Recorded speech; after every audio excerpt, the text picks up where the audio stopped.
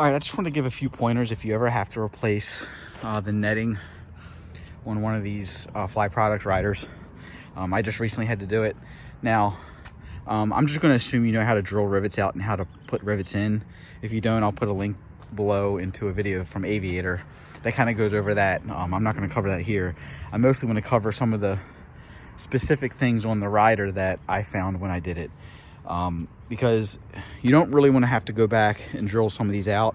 I ended up having to do it, but it chews up the netting a little bit, and so it potentially could weaken it. So I'm trying to save you from that.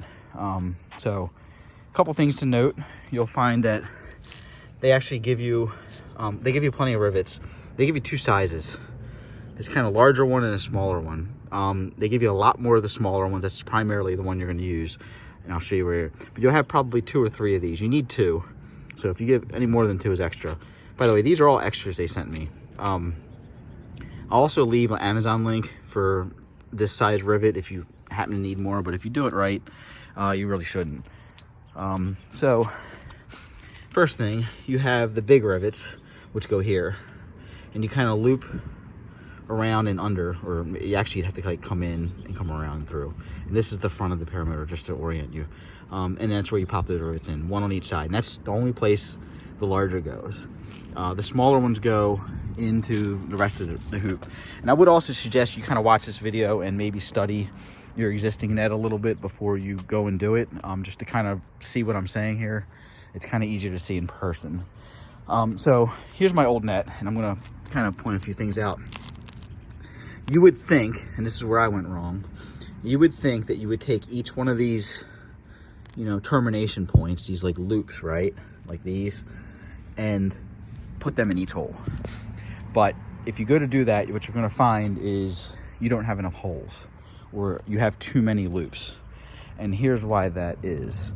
I would suggest, because the replacement net I got was actually different than the one I had on there, believe it or not.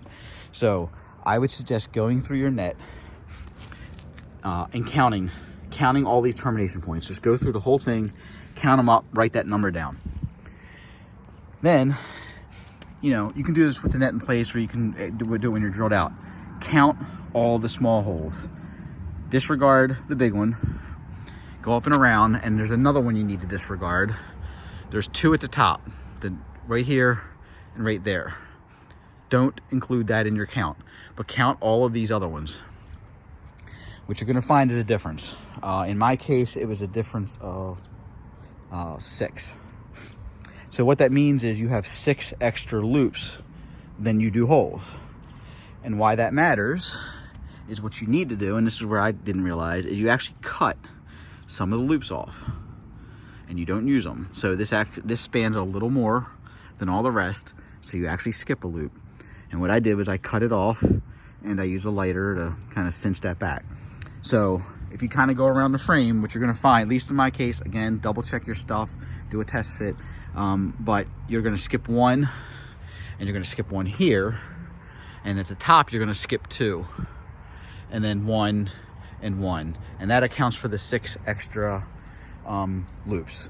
The other thing you're gonna find, I didn't bring any out here with me, but you're gonna have 5 like pieces of string, just like kind of that are gonna come with it, and those go in a couple different places, mostly across where these spar points are.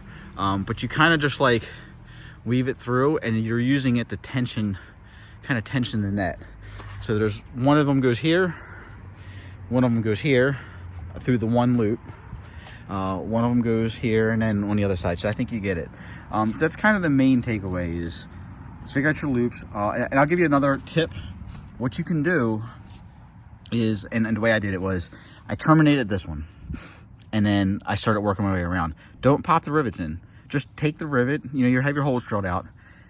It's going to be a little bit of a challenge to fish the netting into the hole, and you want it to kind of be tight. But if you push the rivet in and just like let it sit in the hole, the friction of it in the hole with the netting material is actually enough to hold the rivet in. So the second time, and you notice I have some weak points because I had to drill these out. It's kind of frustrating.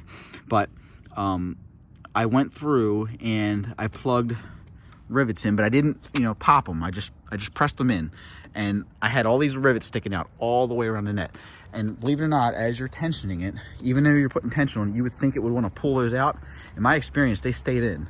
And that was just so I could lay it all out, figure out exactly where I wanted it, make sure the tension was good, make sure it looked good, make sure I had all my skips right, and then go through and pop them all, you know, with the tool once you're confident in your layout. And that's really it. The only other thing you're going to have to do is, the buckles and the Velcro strap here. You know, they're not necessarily included, especially this one. You have to kind of just do a double loop through. If you take look at your old one, it's pretty obvious how it goes. You know, that little eye loop is on here. If you can replace this or not. I actually chose not to because mine are still in pretty good condition, so I just held on to them. The other thing is you want to make sure the netting material's on the front side of the cage. You know, again, study, kind of take what I'm showing you here, study what you have if you're able to, and then go from there. And I think that'll get you a long way. So good luck, happy hunting, and see you on the next one. Take care.